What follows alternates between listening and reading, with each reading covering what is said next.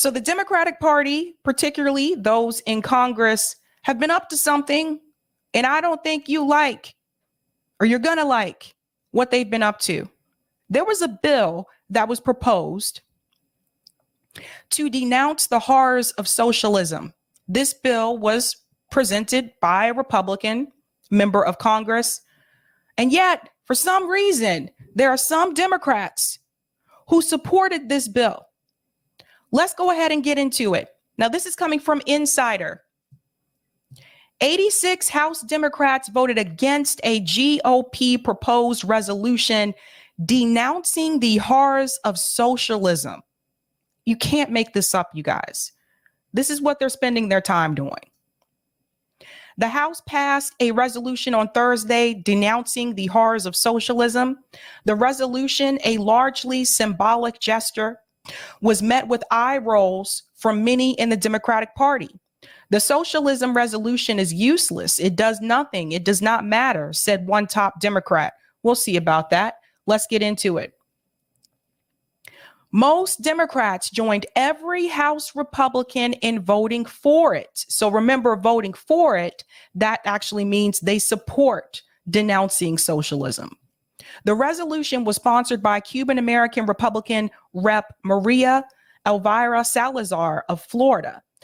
It is a part of a series of messaging bills teed up by the new Republican majority, with each chamber of Congress controlled by opposing parts. The chances of getting bipartisan legislation to the president's desk is slim.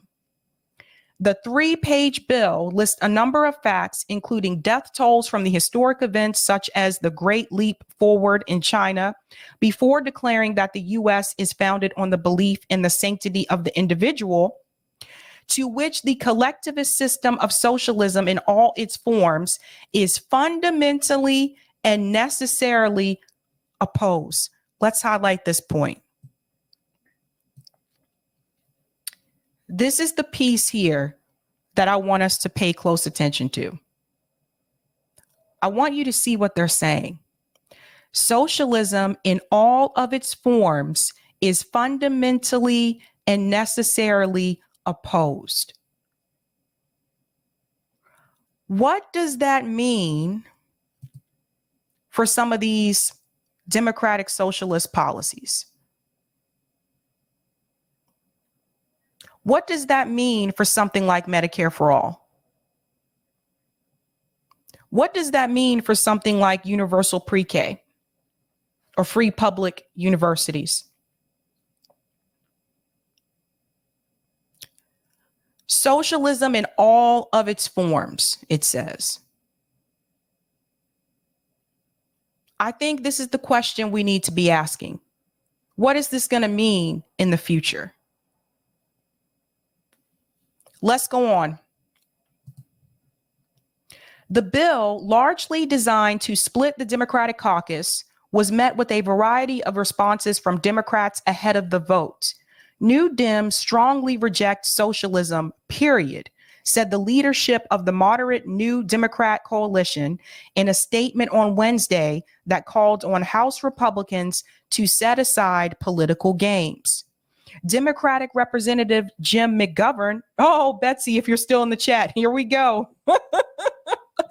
Jim McGovern of Massachusetts, the ranking member of the House Rules Committee, also denounced the resolution during a floor debate on Wednesday.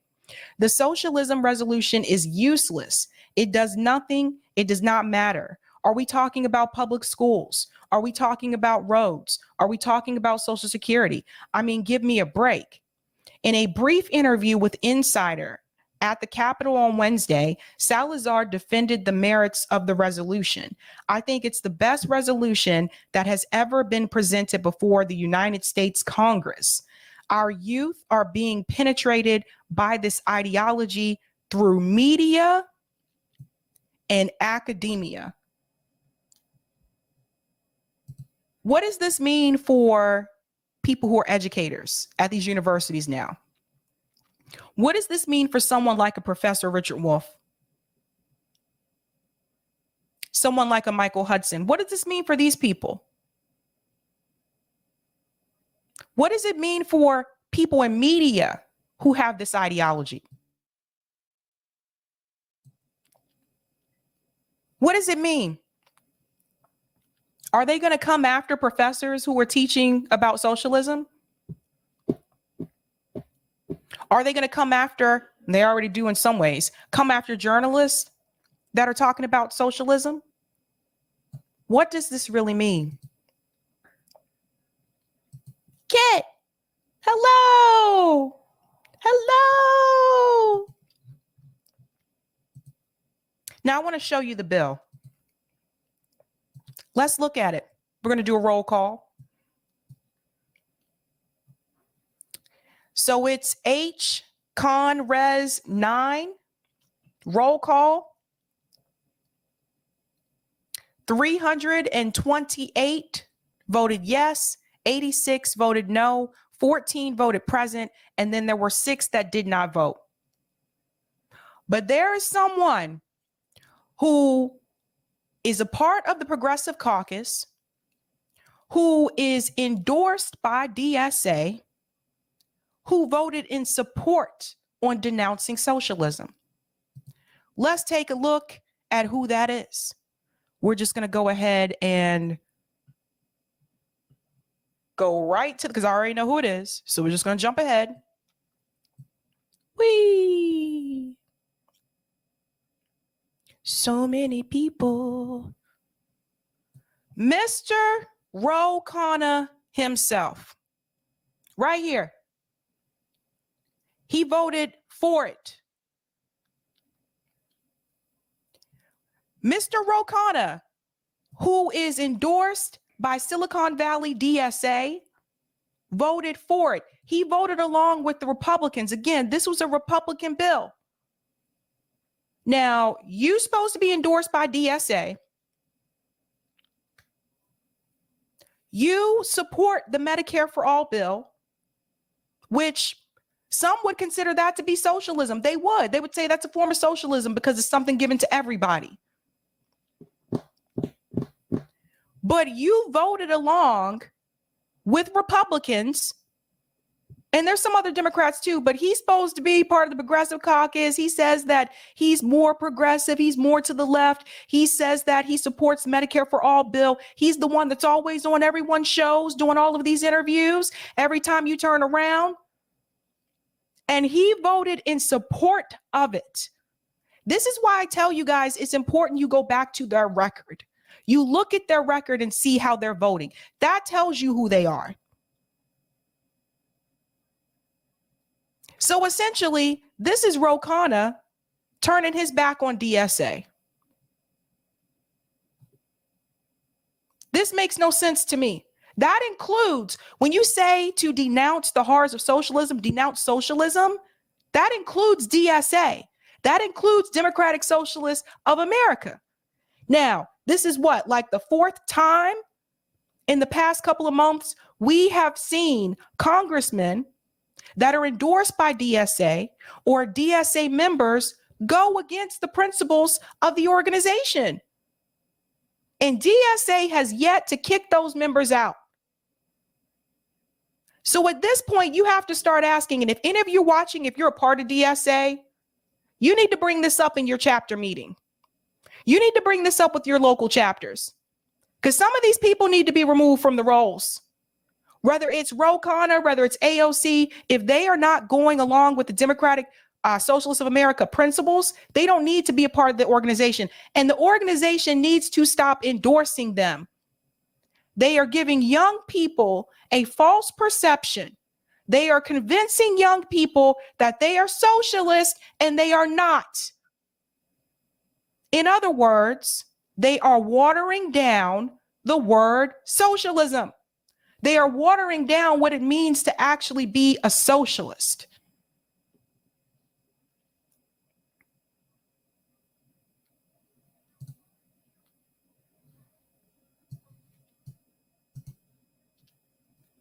There is a problem with DSA.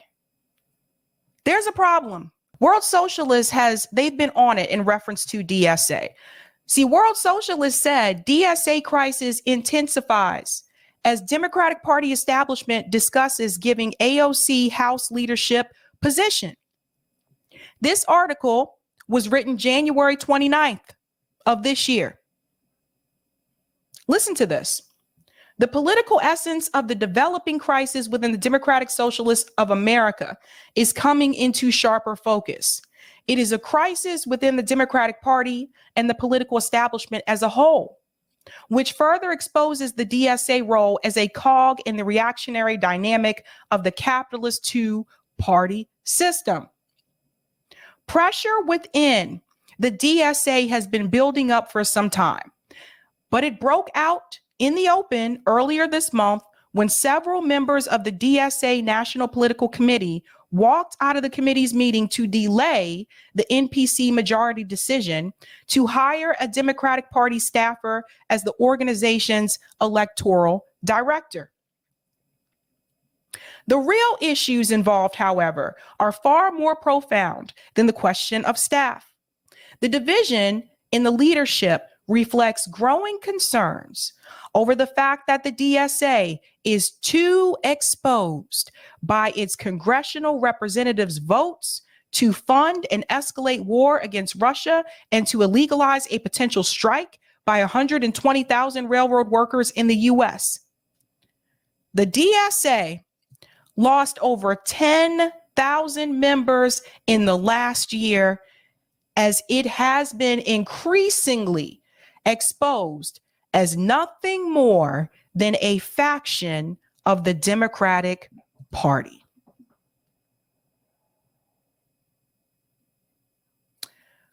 What they have now done is they have allowed people like Khanna, AOC, Jamal Bowman, they have allowed these people to water down what it means to be a socialist. They're strike breakers now. They're war supporters now.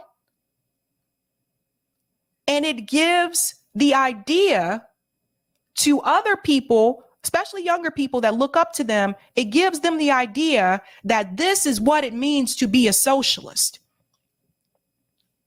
That's the problem. World Socialist website has been calling this out for quite a while. We're going to come back to that in just a second. But DSA lost 10,000 members in the last year. And I believe it is because of the actions of the members that they have in Congress, not following those principles. But DSA has done nothing about it. That's the problem. They allow them to be attached to the organization. Because having their names attached to the organization gives them some type of cred. They know that.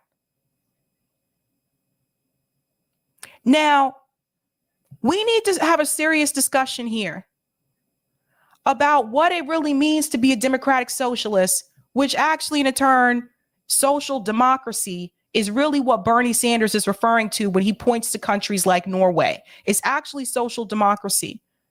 But we need to start asking ourselves, is that actually good enough at this point in time?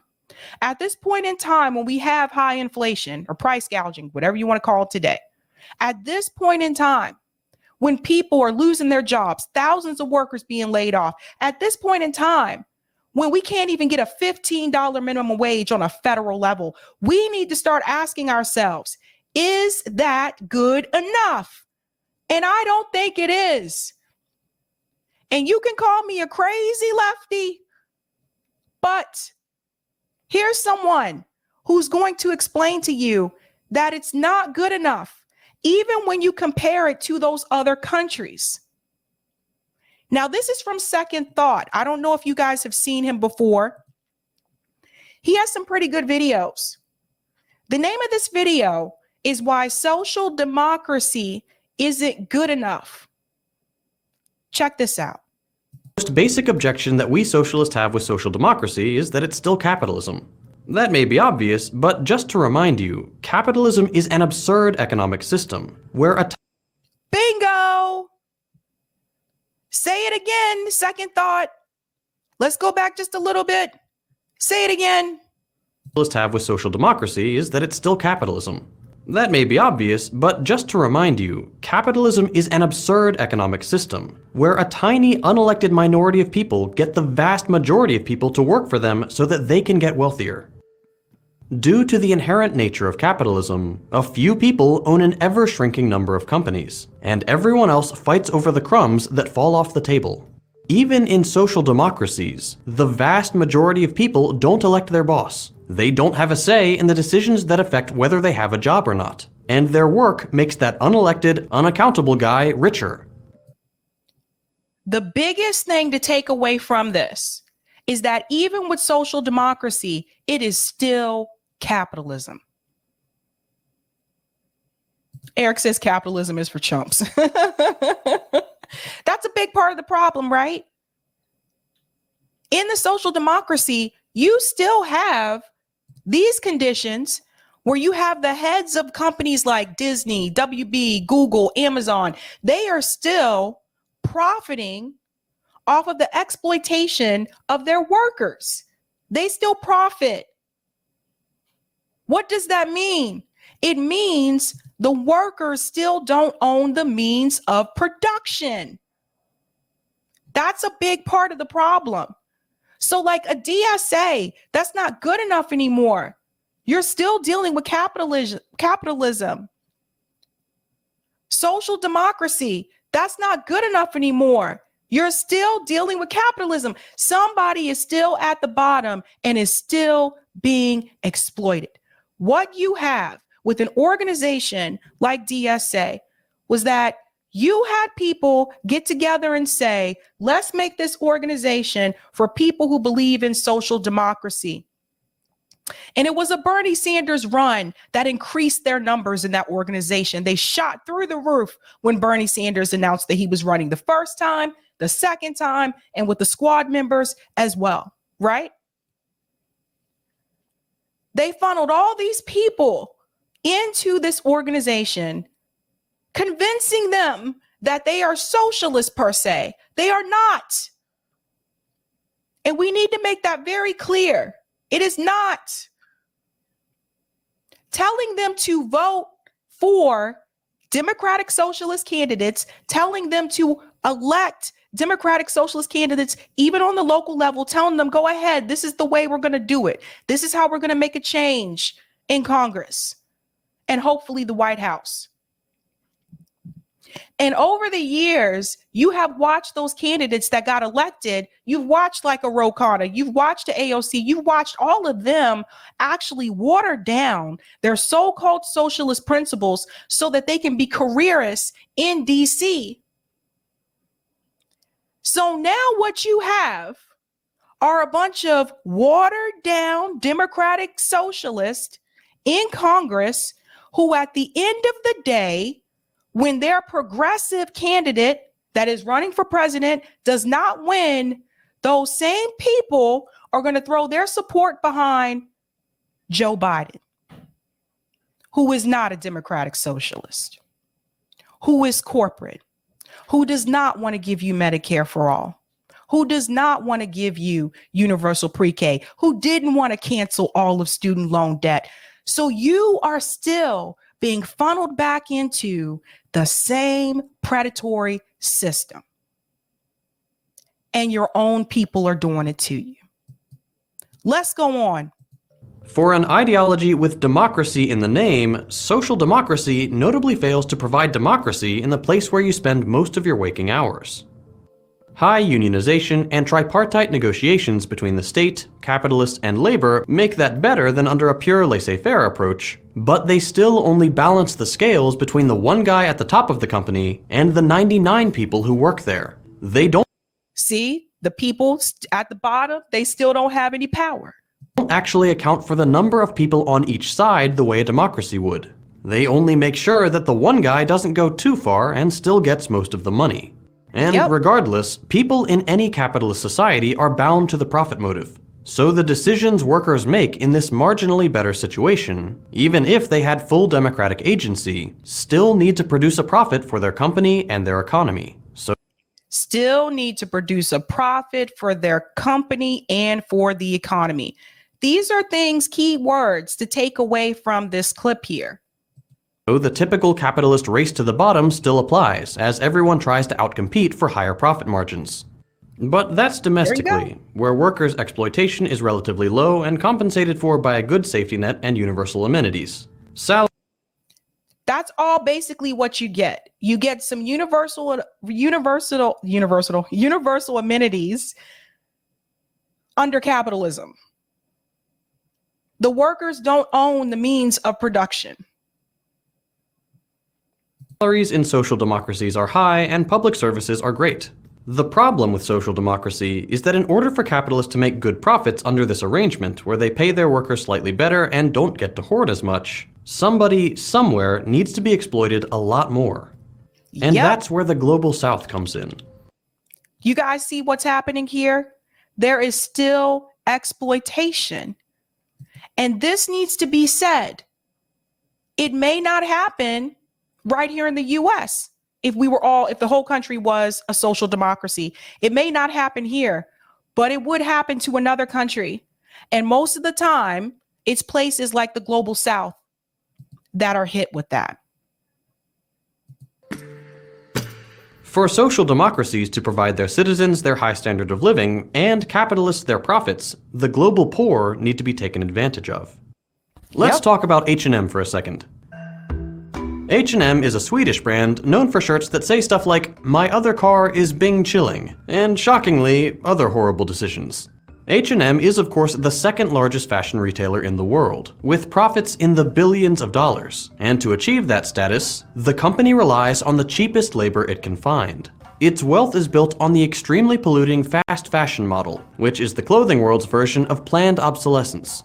It's been found guilty of greenwashing on multiple occasions, contracts from factories that sure do seem to catch on fire a lot, and of course it doesn't pay its workers a living wage. Something it promised to do back in 2013 when people found out, but come 2018 when H&M said it would have sorted all this out, the company hit us with the classic freshman year economics, what even is a living wage? No, really, the company said there is no universally agreed level for living wages, and then kept paying its workers like garbage. I'm using H&M as a recognizable example here, but this kind of behavior is by no means unique to this brand. The problem with social democracy is that Swedish workers would never be treated the way H&M treats its workers in the global south. That's right. That's a big part of the problem. Go ahead and smash that like button, guys. The people in the global south working for that same company, they are going to be paid less, have harsher conditions. This is one of the reasons why social democracy is not good enough. But it's okay with it happening to workers employed by a Swedish company somewhere else in the world. And thanks to the fact that it does, people in Sweden get cheap clothes, and the taxes on the company back home allow the government to provide great public services. See? Now, this isn't different from any other capitalist country, mind you. So basically what happens, guys, is maybe they may not have as much exploitation in their country, like in Sweden, but it's because they're exploiting people in another country. Another reason why social democracy is not enough. Not a problem unique to social democracy, and that's the point. Social democracy is built on the principles of justice and egalitarianism, but the fact that it benefits from exploitation and imperialism, particularly of this kind, shows the limits that a social democracy runs into when it agrees to follow the rules of global capitalism, which it has. And that's the imperialism piece. Has to. Like other capitalist countries, in order for the line to consistently go up, wealth needs to be extracted from poorer countries.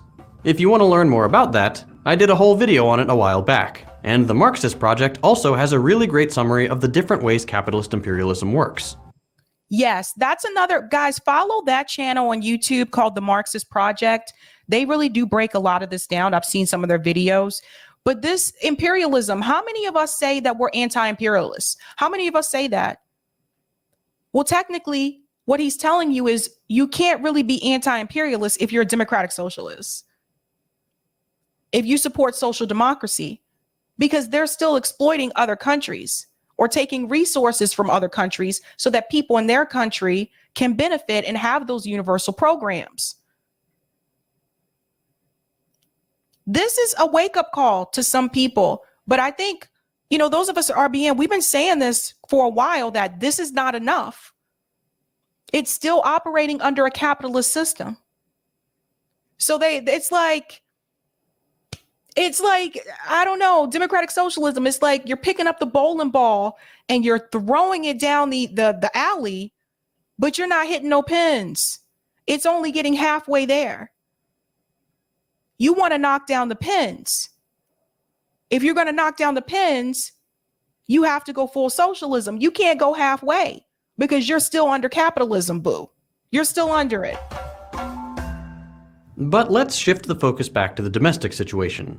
Another reason that socialists aren't social democrats is because in social democracies, the power of the capitalist class must always be catered to or society suffers the consequences. Under social democracies, progressive politics aren't gains made by the working class, but concessions granted to them by the ruling capitalist class that can be taken away at any moment. Did you hear that piece? The progressive policies aren't gained by the working class. He gives an example. That's because under social democracy, capital retains tremendous power, which it can use in things like capital strikes.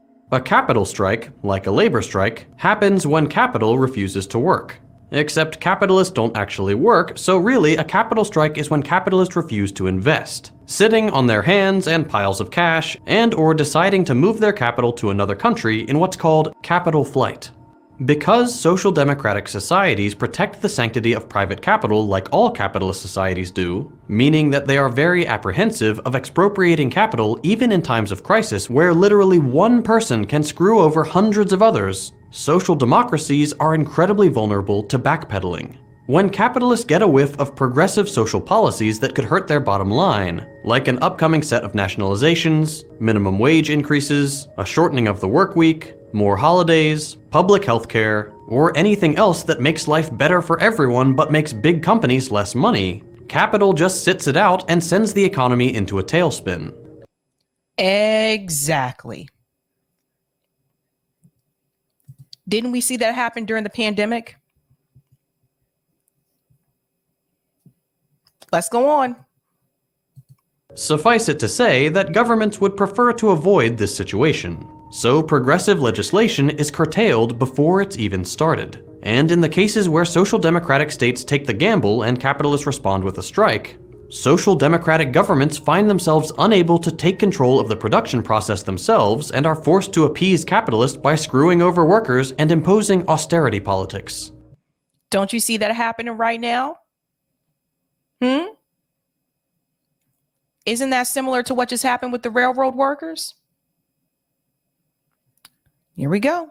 What's great about this process from the capitalist point of view is that it happens almost automatically. In a capitalist economy, the government always has to make sure that its economy is hospitable to profit-making and therefore investment. This means that capitalists don't necessarily need to be occupying government positions or even be conscious of what they're doing. They just need to know that if the government does something they don't like, they can put their money elsewhere or stop investing. And the government knows that if it does something that lowers investments, their economy might suffer. Each actor can act with relative autonomy from one another, but because they are doing so within the same set of rules, maximizing profits for the capitalist class, they'll often naturally come to an agreement that keeping poverty around and forcing people into mind-numbing work most days of the week and most waking hours of the day is what's best for the economy. Add to that fact that capitalists can influence the government more directly by becoming elected members within it comparatively easily, financing the campaigns of people who are friendly to their interests, or owning mass media institutions that parrot their talking points, and you realize how vulnerable social democracy is by keeping capitalist power around. Not to belabor the point, but 1% of people holding the other 99% hostage by threatening to stop financing the economy when things don't go their way isn't democracy. That's right. In contrast, the socialist response of running the economy without capitalists by bringing investment into democratic hands avoids this problem domestically. Socialists still run into the problem of what to do about international capital, but this is something that can be solved by the collaboration of multiple socialist economies, so it's not insurmountable. Social democracy, however, has neither the domestic nor the international means to respond to a capitalist backlash. please check out this entire video. I didn't start it from the beginning. It's called Why Social Democracy Isn't Good Enough. Again, this is by Second Thought. If you guys don't follow him, follow him. He has a lot of good videos. JB was the one who introduced me to this channel, but Second Thought, and check that out, because this is one of those things that I've said before. You know, we can point fingers at people as much as we want, but at the end of the day, maybe it was a mistake for us to believe that social democracy was good enough to begin with. We see where we are now. We see how the people who push this, number one, Bernie Sanders, we see how even those individuals at the end of the day tell you to go along with the people who are corporate, with the people who are establishment, the very same establishment they're supposed to be fighting against. Now, this doesn't mean that, you know, do I think social democracy is better than someone who's full blown like capitalist? Yeah, but it doesn't go far enough, because you're still operating in a capitalist system, as he just explained to you. When we look at what just happened with Ro Khanna, voting along with Republicans to say that socialism is a horror, to condemn socialism, denounce socialism, basically. Someone who is endorsed by DSA. When we see squad members becoming strike breakers, not going along with the railroad workers, the people that they're supposed to be there to fight for, the working class, I think what we have to realize is that they were never really a part of the best option to begin with. They were a part of an option that still wants to operate in a capitalist system, an option that wants to put guardrails on capitalism and not so much demolish capitalism. And it was a couple of years ago, we decided to stop letting someone drive our bus. We decided to stop letting ourselves drive our own bus, I should say. What do I mean by that? Before Bernie Sanders' first campaign, we were driving our own bus. We were the driver. Bernie Sanders came along. We picked him up at the bus stop, opened the door. He got on the bus, kicked us out the driver's seat. We became passengers on our own bus because we let Bernie Sanders take the wheel. And he was driving us through this progressive movement, right? He was supposed to lead us to the victory to get these progressive policies passed. So he was driving 2 election cycles in a row. And at some point, he decided to stop in the middle of nowhere, open the doors of the bus, hop off the bus, and leave us stranded on the bus. And so you see the left looking around saying, what do we do? Our bus driver left us. We're stranded. If you haven't figured this out yet, or if you're still trying to figure out what to do, you need to get up out of the passenger seat. You need to get back in that driver's seat and drive your own bus again. And then you won't be stranded anymore. And I really look back at it and I think that was the problem. We let him drive our own bus. For some of us, we didn't do our own research. I did not do as much research about social democracy as I should have. And I should have. We allowed ourselves to be convinced that people like AOC and Rashida Tlaib and all of them, that this was the best way to go. And it really isn't, because you're still operating under capitalism. So what can we learn from this situation, people? We need to make sure that we don't let anybody else get on our bus, kick us out the driver's seat, and make us a passenger on our own bus again. That should never happen. So I think some of us are sitting around waiting for someone to do something. Some of us are waiting around saying, who's going to be the next Bernie? Who's going to be the one to step up and do it? Maybe we should just do it. Maybe we should stop looking for someone else to help, for someone else to take charge. Maybe we should start driving our own bus again.